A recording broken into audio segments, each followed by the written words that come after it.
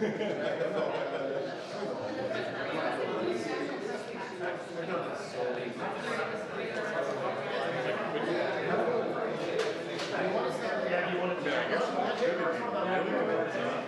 get out of the way.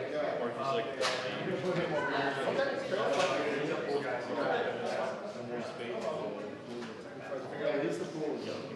gets priority.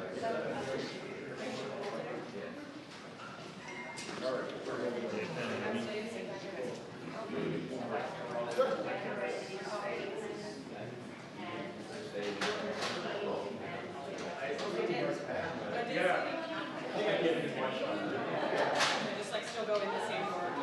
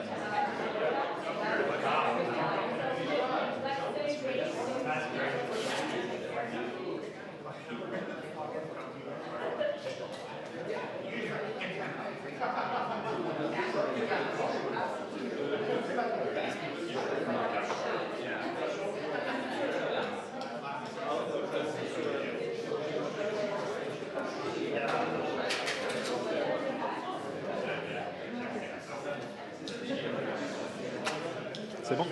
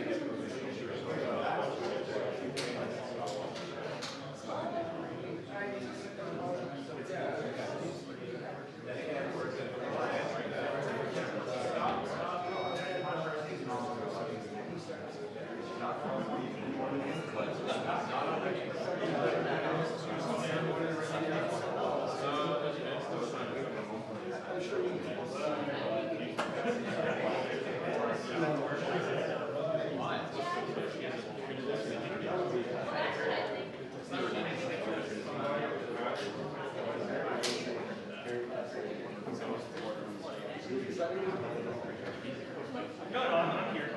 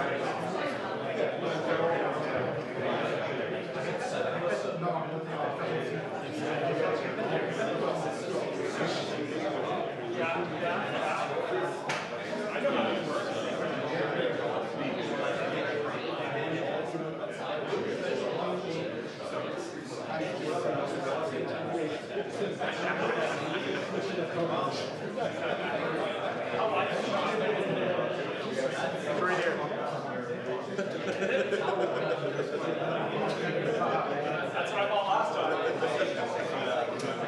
You gotta stay on the to the edge of the window there. Yeah, that's right.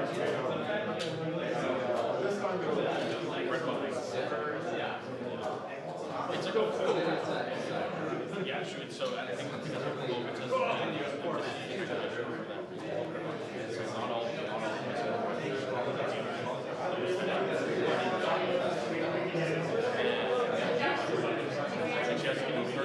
And I was like, she was born in and so they gave her a citizenship. So I went and I talked with her. And I sent it to you.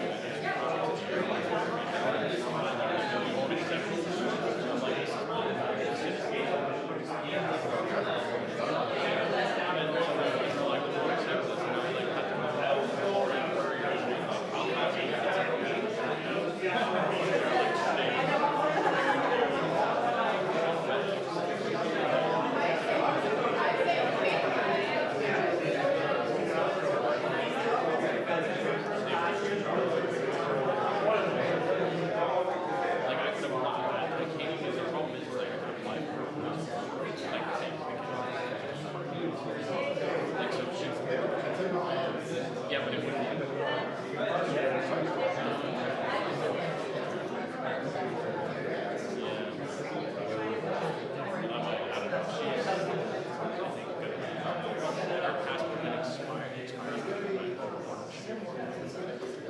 To add to the literature.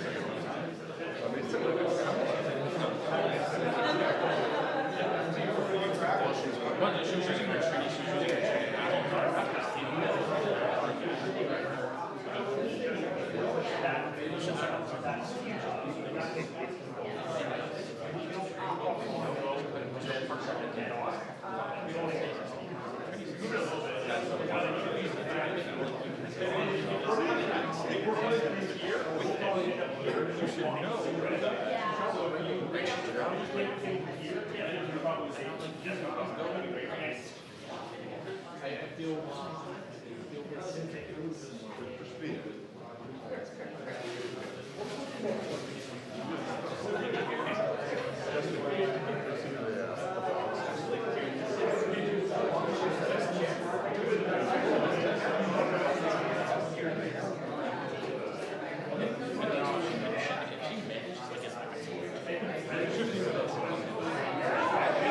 You didn't look very happy with the place.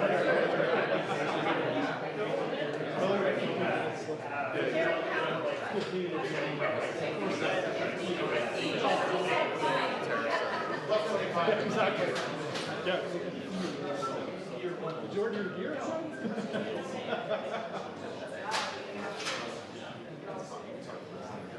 Where is it? Fishing trip? I wish. I'm starting to get like. Oh, Colan's in the case. Just throw a few bats in there. There's no fish. There's no hook on the end, is there? I'm just throwing out free weeds. I'm practicing my accuracy. What you said? I was saying that you're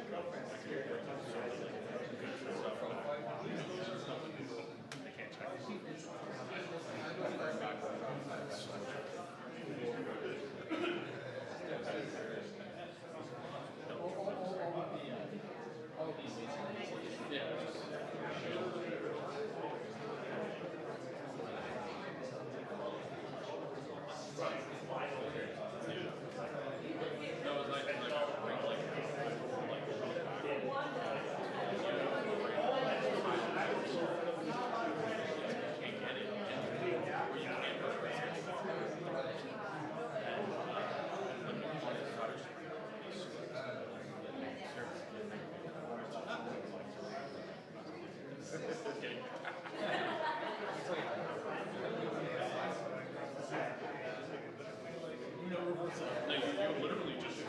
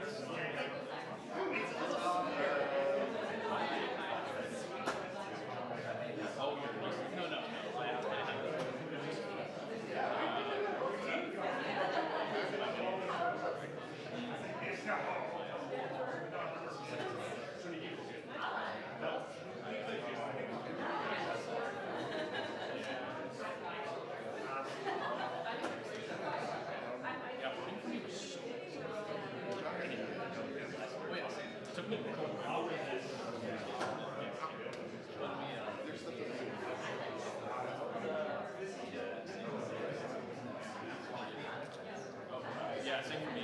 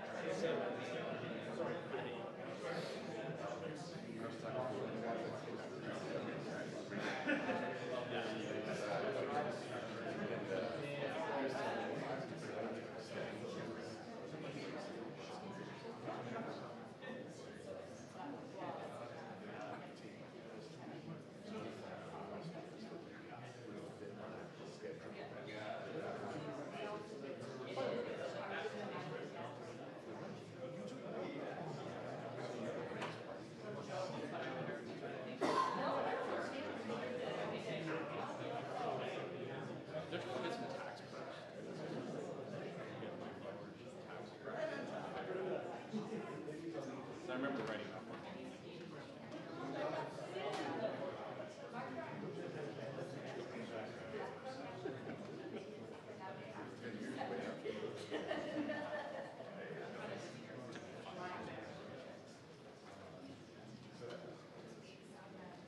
Probably a few more minutes.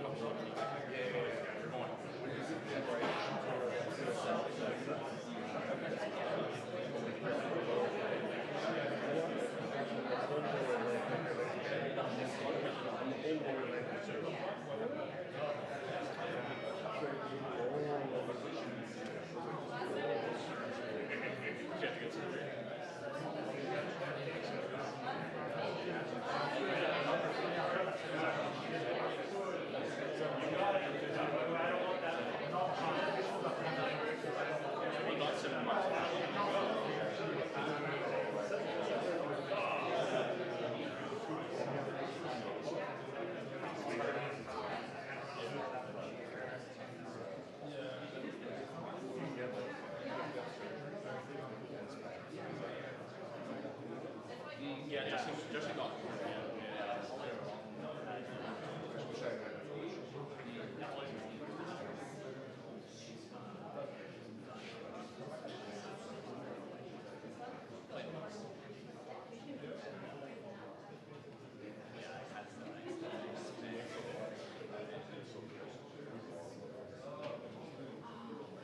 yeah, it doesn't come on his birthday. And it was like, it's just so cool.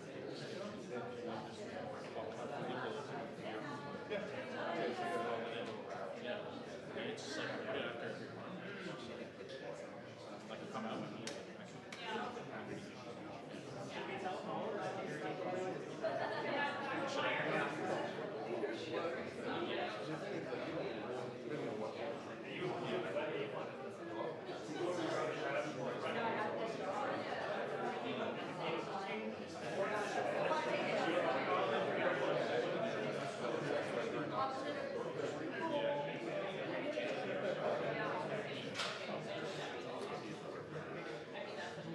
Yeah, because I run it.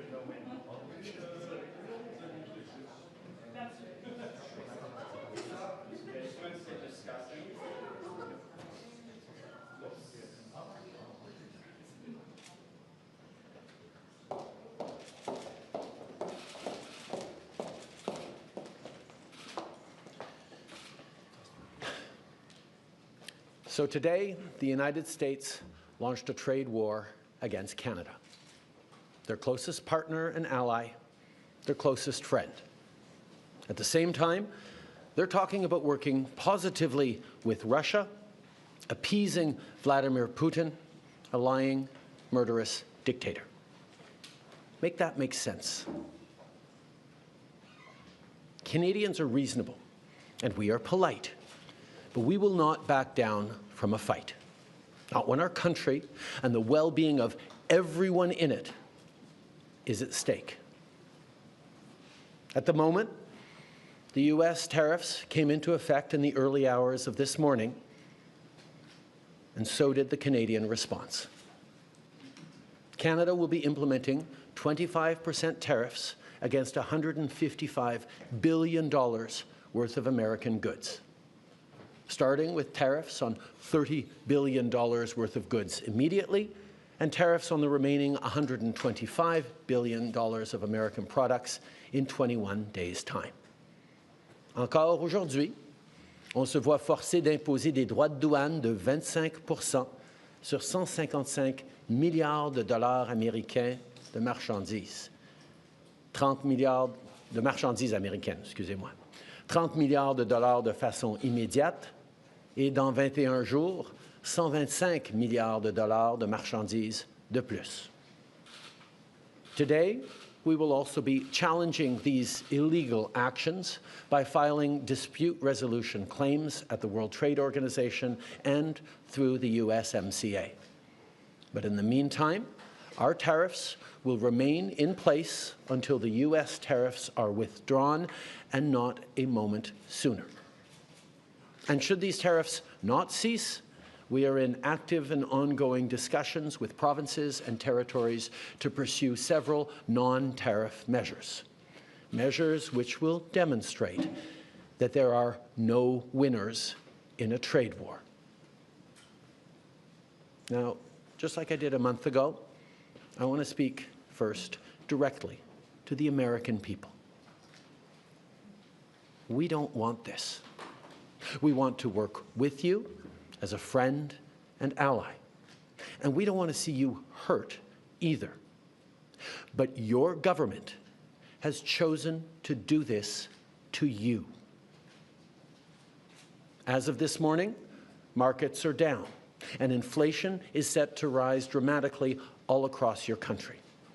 Your government has chosen to put American jobs at risk, at the thousands of workplaces that succeed because of materials from Canada or because of consumers in Canada, or both. They've chosen to raise costs for American consumers on everyday essential items like groceries and gas, on major purchases like cars and homes, and everything in between. They've chosen to harm American national security, impeding access to the abundant critical minerals, energy, building materials, and fertilizers that we have and that the United States needs to grow and prosper. They've chosen to launch a trade war that will, first and foremost, harm American families. They've chosen to sabotage their own agenda that was supposed to usher in a new golden age for the United States. And they've chosen to undermine the incredible work we've done together to tackle the scourge that is fentanyl, a drug that must be wiped from the face of the earth. So on that point, let me be crystal clear. There is absolutely no justification or need whatsoever for these tariffs today. Now, the legal pretext your government is using to bring in these tariffs is that Canada is apparently unwilling to help in the fight against illegal fentanyl. Well, that is totally false. Let's look at the facts. Our border is already safe and secure. Far less than 1% of fentanyl flows and less than 1% of illegal crossings into the United States comes from Canada. But we acted. because we know we can always do better. We responded to concerns, including from the President, by implementing an ambitious $1.3 billion border plan. A border plan that includes generational investments in new AI and imaging tools to stop the flow of fentanyl in its tracks, stronger coordination and information sharing with American agencies, along with the deployment of drones, helicopters, and additional personnel to keep our border secure. Now, a month ago, as part of an agreement with the United States that paused the tariffs, we made further commitments. We appointed Kevin Brasseau as our fentanyl czar, a man who dedicated his multi-decade career in law enforcement to combating organized crime networks and drug trafficking. We designated 7 drug cartels, sick, evil groups who cynically profit off the pain and suffering of people on both sides of the border, as the terrorist organizations that they are. And just yesterday, we launched a new joint operations partnership supported by a $200 million investment between Canada's security and law enforcement agencies, a partnership that will enhance the coordination of information and intelligence in order to thwart criminal gangs involved in the illegal fentanyl trade. And critically, our actions are working.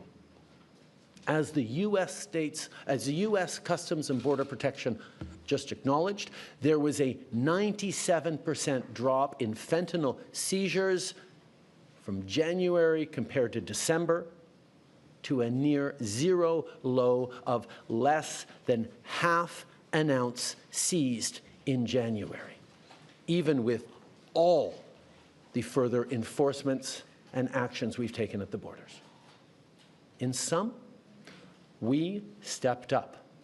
We engaged closely and constructively with the President and his administration. We did everything we promised. We stuck to our word. And we did it because we believe in working together to protect our citizens. Now I want to speak directly to one specific American, Donald. In the over 8 years you and I have worked together, we've done big things. We signed a historic deal that has created record jobs and growth in both of our countries. We've done big things together on the world stage, as Canada and the US have done together for decades, for generations. And now we should be working together to ensure even greater prosperity for North Americans in a very uncertain and challenging world. Now, it's not in my habit to agree with the Wall Street Journal, but Donald, they point out that even though you're a very smart guy, this is a very dumb thing to do. We two friends fighting is exactly what our opponents around the world want to see. And now, to my fellow Canadians, I won't sugarcoat it. This is going to be tough, even though we're all going to pull together, because that's what we do. We will use every tool at our disposal so Canadian workers and businesses can weather this storm. From expanding EI benefits and making them more flexible to providing direct supports to businesses, we will be there as needed to help. But Canada, make no mistake, no matter how long this lasts, no matter what the cost, the federal government and other orders of government will be there for you. We will defend Canadian jobs. We will take measures to prevent predatory behavior that threatens Canadian companies because of the impacts of this trade war, leaving them open to takeovers. We will relentlessly fight to protect our economy. We will stand up for Canadians every single second of every single day, because this country is worth fighting for. Les derniers mois ont été stressants et honnêtement épuisants pour nous tous. Mais je crois qu'on peut être rassuré par l'incroyable solidarité dont on a tous été témoins entre nous. Solidarité entre nos entreprises, nos syndicats, notre société civile, les communautés autochtones et tous les Canadiens. L'ensemble de la société canadienne parle d'une seule voix pour qu'on se fasse entendre de nos partenaires américains, pour illustrer que l'imposition de droits de douane, c'est une très mauvaise idée. En même temps, on travaille à l'interne pour faire tomber les obstacles au commerce entre nos provinces et territoires. On travaille pour rejoindre de nouveaux marchés à travers le monde, pour bâtir une économie toujours plus forte et plus résiliente. Dans les dernières années, j'ai eu plusieurs occasions de discuter avec des leaders du monde entier. Mon message est toujours le même. Le Canada est un partenaire fiable et notre porte est grande ouverte. Dans les dernières semaines, on a aussi redoublé d'efforts pour renforcer nos liens avec le Mexique, qui a lui aussi été frappé par ces tarifs. Ensemble, on va chercher de nouvelles façons de collaborer et de s'appuyer l'un sur l'autre pour faire face à cette menace. Face à l'incertitude, face à l'inquiétude, les Canadiens ont fait preuve de tellement de solidarité. Je vous ai vu partager des listes de produits canadiens pour aider vos proches à appuyer les entreprises d'ici. Je vous ai vu changer vos plans de vacances et opter pour des magnifiques destinations touristiques qu'on a ici chez nous, au Canada. Je vous ai vu redoubler d'efforts pour soutenir nos petites entreprises et nos travailleurs. Je vous ai vu vous porter à la défense de notre culture et la faire rayonner. Je vous ai vu encourager nos athlètes avec une ferveur sans précédent. Moi qui croyais que je ne pouvais pas être plus fier de notre pays et de mes compatriotes. Mais j'ai encore quelque chose à vous demander. Lâchez pas. C'est le moment de redoubler d'efforts, de se tenir debout pour notre pays, de faire tout ce qu'on peut pour choisir le Canada, pour défendre le Canada. On va passer ensemble à travers des moments difficiles. Mais après vous avoir vu aller dans les dernières semaines, j'ai jamais été aussi optimiste quant au futur de notre beau pays, malgré tous les défis qu'on va être en train de vivre ensemble. Le Canada reste le meilleur pays sur Terre. On a tellement de raisons d'être fiers de notre chez-nous, de ces quelques arpents de neige. Mais surtout, je suis fier de notre capacité à nous serrer les coudes quand vient le temps.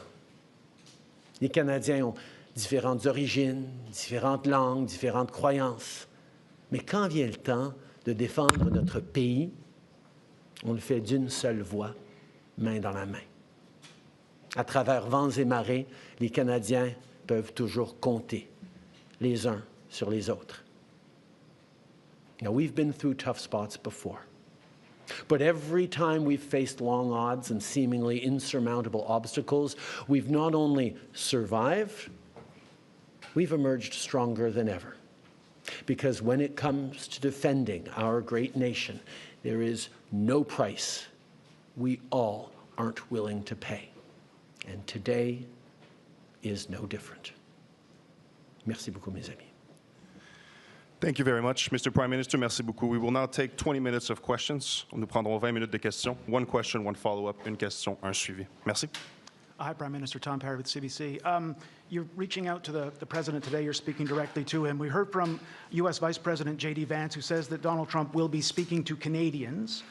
And he also says that he wants to see more progress on fentanyl. So my question to you is, do you have any conversation scheduled with Donald Trump in the coming days? Is that something maybe your successor should do? And do you really believe that this is about fentanyl, or is there something larger at play here? I have offered to speak to Donald over the past number of days, and I expect to speak with him in the days to come. I'm always there to talk with him about the importance of working together to take on the world at this time. The facts show very clearly that in terms of taking action on fentanyl, we are doing everything that is necessary, and not just for the United States, for ourselves as well, as Canadians are suffering as well from the scourge that is illegal fentanyl. We have laid out extensive plans, actions, cooperations, including as recently as the past days in Washington, and they have always been very well received. And the numbers bear that out.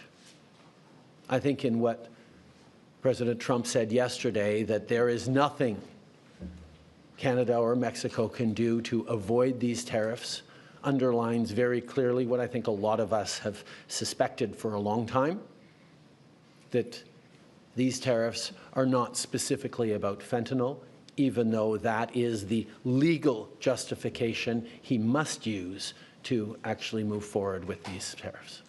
Monsieur Trudeau, en français, à part l'allocution que vous avez eue envers Monsieur Trump, lui avez-vous parlé au cours des derniers jours, des dernières heures? Non. Je me suis mis à sa disposition pour parler pendant les derniers jours, comme on avait fait il y a 30 jours. J'espère lui parler dans les jours à venir. Je suis toujours ouvert pour parler. And, sir, you mentioned this off the top. You're seeing the United States seemingly moving closer to Moscow. This is the same day that the United States has announced it's suspending aid for Ukraine. The Kremlin just said that U.S. foreign policy now is in alignment with Russia. So how do you successfully, or your successor, successfully negotiate with a president who seems to regard his friends as his enemies and his enemies as his friends? In this regards, Canada and Canadians are very clear. We know who our friends are. We know who our opponents are. And there is no question that Vladimir Putin and his attack not just on Ukraine, but on the rules-based international order, on the founding principles of the United Nations, is an opponent of Canada. I think the question that we all need to be watching closely is, what do the American people think? How do Americans feel about jettisoning one's friends and allies in favor of a country that has never wished Americans well and continues to act in ways that harm the global economy and specifically the American economy and American values and principles? Bonjour, M. Trudeau. Valérie Gavage de Radio-Canada. J'aimerais vous entendre sur les programmes d'aide. Au Québec, on parle de 160 000 emplois qui pourraient être perdus. M. Ford l'a dit ce matin, dans 8 à 10 jours, il y aura des mises à pied dans les usines d'auto. Est-ce qu'il y a quelque chose sur la table aujourd'hui qui peut être annoncé pour les Canadiens, ne serait-ce que de limiter le délai pour avoir accès à l'assurance-emploi? Il y a des choses qu'on va regarder immédiatement sur l'assurance-emploi, mais je veux rappeler aux gens que notre but, c'est pas de trouver des façons pour que les Canadiens puissent passer à travers de ces moments difficiles, c'est d'empêcher ces moments difficiles de durer plus que le temps minimum nécessaire. Si on peut faire enlever ces tarifs demain, c'est ce qu'on va essayer de faire. Notre priorité, c'est de mettre fin à cette guerre économique. Et le fait que des Américains, dès aujourd'hui, font faire face à des mises à pied, vont faire face à des problèmes au niveau de leurs produits de consommation, va nous aider à mettre fin à ces défis le plus rapidement possible. Mais effectivement, on est en train de regarder toutes sortes de choses que nous pourrons faire si effectivement ces tarifs durent plus longtemps qu'une journée ou deux, même avec des actions quasiment immédiates sur l'assurance-emploi qu'on va regarder aujourd'hui même. I think the thing to remember first and foremost, as we reflect on the impacts on Canadian workers and Canadian jobs and businesses, is that, first of all, there will be similar impacts on Americans losing their jobs, American families paying more for basic goods that they rely on at a time where times are tight everywhere. But our focus has to be on getting these tariffs lifted as quickly as possible. What can we do in the coming days is our focus to make sure that these tariffs don't last a second longer than necessary. So we will be looking at, including looking in the coming day at things we can do around adjusting EI to support people through this difficult time. But our priority has to be not on figuring out how to manage through these tariffs over the coming days and weeks and months, but on doing everything we can to get them lifted and put an end to this unjustified trade war that hurts American families and Canadian families. On a l'impression que vous n'avez plus beaucoup de cartes dans votre jeu. Est-ce que de devancer la renégociation de la CEUM fait partie des plans actuellement plus que jamais? Actuellement, dans les conversations avec le président, c'est pas très clair ce qu'il veut exactement. Ou peut-être la seule clarté, c'est ce qu'il a dit à multiples reprises, que son but, c'est de faire écrouler l'économie canadienne pour ensuite pouvoir parler d'annexation. C'est ce qu'il veut. Alors, je ne sais pas quelle négociation on pourrait entamer actuellement pour éviter, pour lui convaincre que ce n'est pas ça son but. Notre réponse aujourd'hui est ancrée dans le fait de démontrer à quel point nos économies sont interreliées. Et si on crée des barrières entre nos économies, les familles des deux côtés de la frontière vont souffrir. Pour démontrer qu'on devrait être en train de faire des choses ensemble. Et pendant qu'il fait le choix de vouloir ruiner l'économie canadienne, je ne sais pas si devancer des négociations dans une situation de si mauvaise foi dans laquelle on se trouve maintenant, où il amène des tarifs sans aucune justification factuelle aujourd'hui, je ne sais pas si d'ouvrir les négociations, on serait toujours ouvert à le faire s'il le voulait, mais ce n'est pas un enjeu dont il a parlé pour le présent. I'm just trying to remember. What was that? Cosmet, that's right. I think in terms of what he wants, and I heard he talked about banking again this morning in a tweet, which doesn't make any sense because American banks, there's about 16 American banks currently active in Canada holding about $113 billion worth of assets in this country. So the American banks are alive and well and prospering in Canada. It's an example of not really being able to see what it is that he wants, because even the excuse that he's giving for these tariffs today of fentanyl is completely bogus, completely unjustified, completely false. So we actually have to fold back on the one thing he has said repeatedly, that what he wants is to see a total collapse of the Canadian economy, because that'll make it easier to annex us, is the second half of his thought. Now, first of all, that's never going to happen. We will never be the 51st state. But yeah, he can do damage to the Canadian economy, and he's started this morning. But he is rapidly going to find out, as American families are going to find out, that that's going to hurt people on both sides of the border. Americans will lose jobs. Americans will be paying more for groceries, for gas, for cars, for homes, because we have always done best when we work together.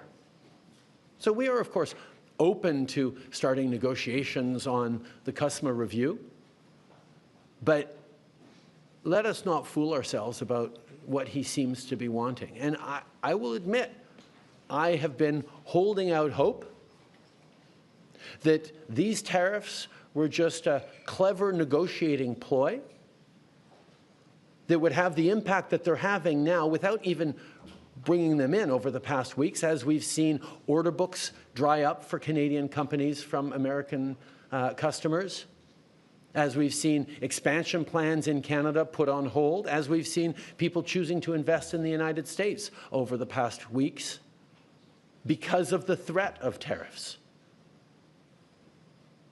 But now that he's moved forward with tariffs, we're going to see the real impact of a trade war between our two countries. And that impact will be to hurt American families. Prime Minister Tonda McCharles with the Toronto Star. I hope you can be as specific as possible for a number of these points. Everybody's looking to what actually you're going to do. In your statement last night, you referenced non-tariff measures, and I want to know exactly what you're prepared to contemplate there. And given that your likely successors, both Carney and Poilievre, have said it should be dollar-for-dollar retaliatory tariffs, that's on $600 billion worth of American imports. If you were to do that, is that on or off the table?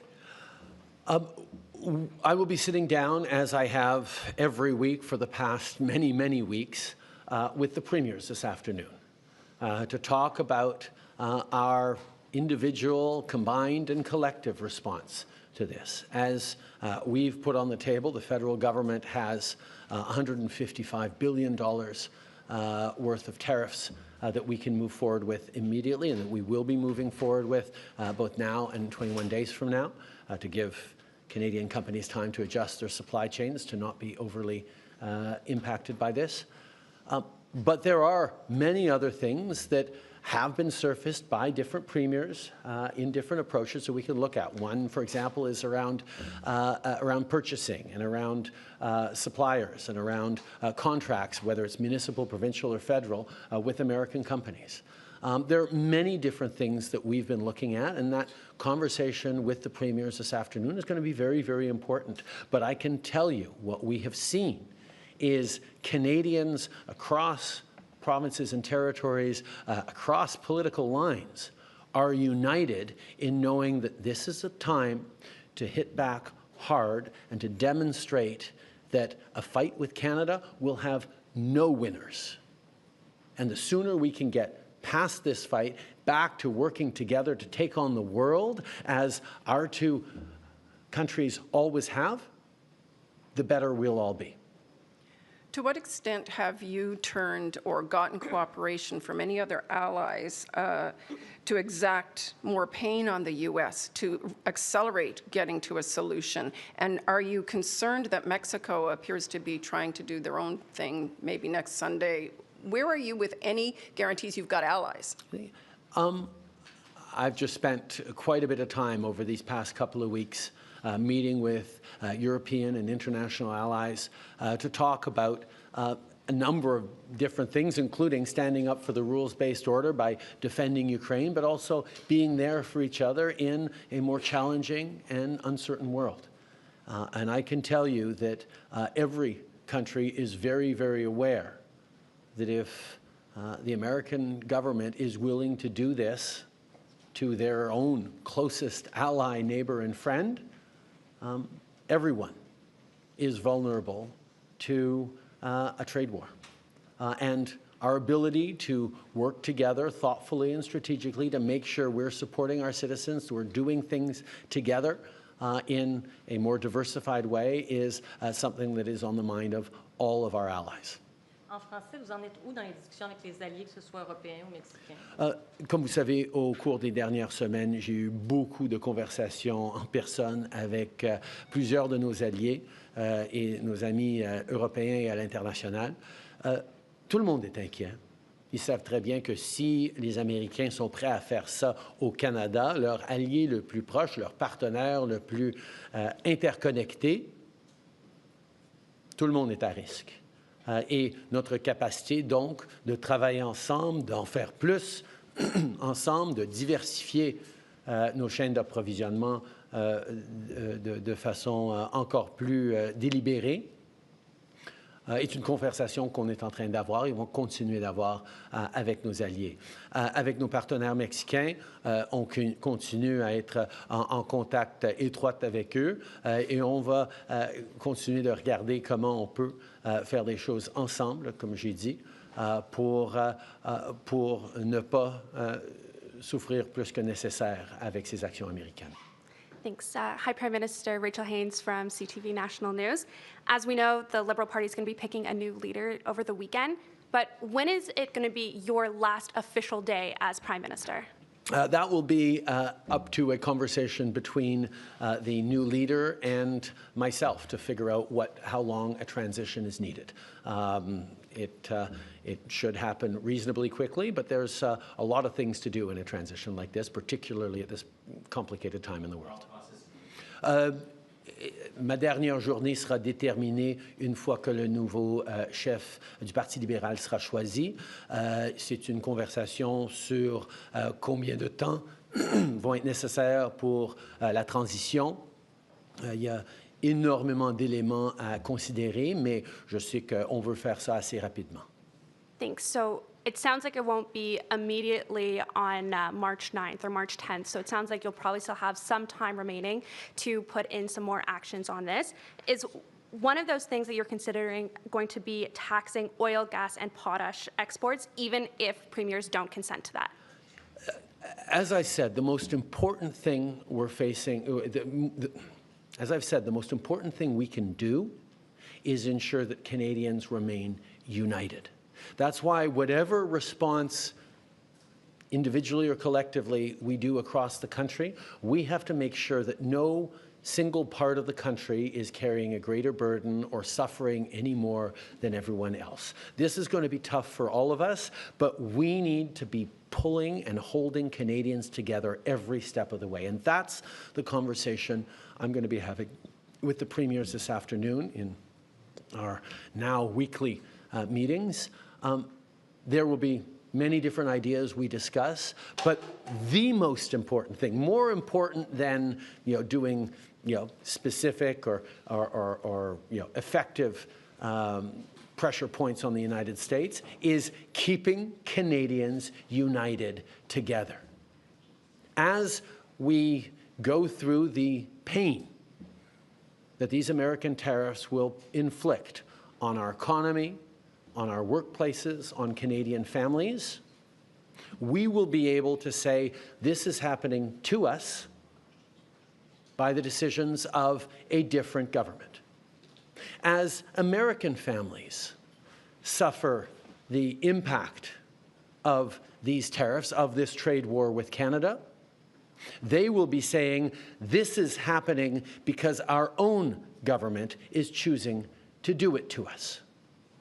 That's a very different proposition. And the most important thing right now, more important than anything else, is for Canadians to remain united.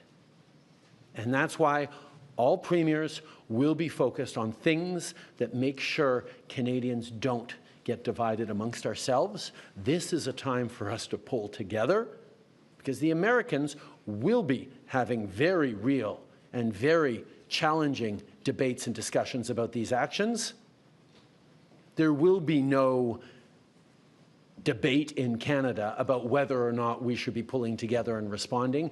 Everyone is aligned on that, and protecting that is job one for the Canadian government and the Canadian Prime Minister. Hi, Mr. Trudeau. Okay. Évidemment, il y a différentes choses que différentes provinces ou secteurs peuvent faire pour appliquer de la pression sur les États-Unis. Et il y a plusieurs idées qui ont été mises sur la table, mais je veux être extrêmement clair que ce ne sera pas le fait qu'il y a une région ou une industrie au Canada qui souffrira ou qui portera un plus large fardeau que d'autres. On doit être équitable dans notre réponse et dans nos appuis. Parce que la chose la plus importante dans toute cette affaire, c'est que les Canadiens restent unis. Et c'est de ça que je vais parler avec les premiers ministres des provinces et territoires cet après-midi, que l'unité de mission et de courage et de détermination dont les Canadiens vont faire preuve dans les jours et semaines à venir va être notre arme la plus effective. Parce que les familles canadiennes qui vont faire face à des impacts négatifs à cause de ces tarifs vont être en train de dire « Mais nous, on va se tenir ensemble en tant que Canadiens parce que c'est un autre pays qui nous est en train de faire cela. Et nous, on va tenir bon, puis on va réussir à passer à travers. » Les familles américaines qui vont voir des pertes d'emplois, qui vont voir des augmentations de prix à cause de ces tarifs, eux, ils vont devoir se dire « C'est à cause de notre propre gouvernement qu'on est en train de souffrir maintenant. » Et ça va amener des conversations extrêmement difficiles entre Américains sur le pourquoi de cette guerre commerciale injustifiée. We will take one last question and follow up. Thank you. Hi, Mr. Trudeau. Mackenzie Gray with Global. You mentioned the markets earlier. Someone who knows a thing about them, Warren Buffett, came out and said that these tariffs could be viewed as an act of war. Does the Canadian government believe these tariffs from Donald Trump is an act of war from the U.S.?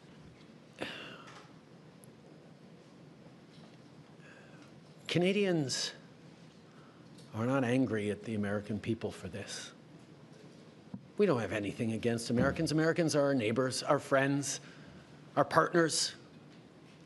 We do things together. We've done things together for decades and generations. This is a policy decision by the American government designed to go after the Canadian economy. This is a trade war, yes. But Canadians are hurt. Canadians are angry. We're going to choose to not go on vacation in Florida or Old Orchard Beach or wherever. We're going to choose to try to buy Canadian products and forego bourbon and other classic American products. And yeah, we're probably going to keep booing the American anthem. But let me tell Americans, we're not booing you. We're not booing your teams. We're not booing your players. We're booing a policy that is designed to hurt us. And we're insulted. And we're angry. But we're Canadian, which means we're going to stand up for each other. We're going to fight. And we're going to win. There are probably a lot of folks watching on TV today who've been laid off or they were told not to come into work today because of these tariffs. Can you explain to them why you've not announced any relief measures today to help those folks out? As I've said, our entire focus has been on preventing these tariffs from coming in, if there was at all a way, and it now looks like there was never a way we were going to be able to avoid these tariffs that the President was determined to do. And our focus now is going to be on making sure that they get lifted and that there is an end to this trade war as quickly as possible. But over the past month, we have been working on measures that if these tariffs last longer than a few hours or a few days, we be able to help Canadian citizens, Canadian workers, Canadian companies make it through this time. But let's also be clear, this is going to be tough. The American trade war is going to hurt the Canadian economy and is going to hurt all of us. What our government needs to make sure we're doing is try to make sure that nobody goes hungry and that everyone carries their share of this. And that's a hard thing to do, but that's where we're leaning in, both as a federal government and with provinces and territories on responses to be there for Canadians. Thank you, Mr. Prime Minister. Merci. That concludes today's press conference. Ça conclut la conférence.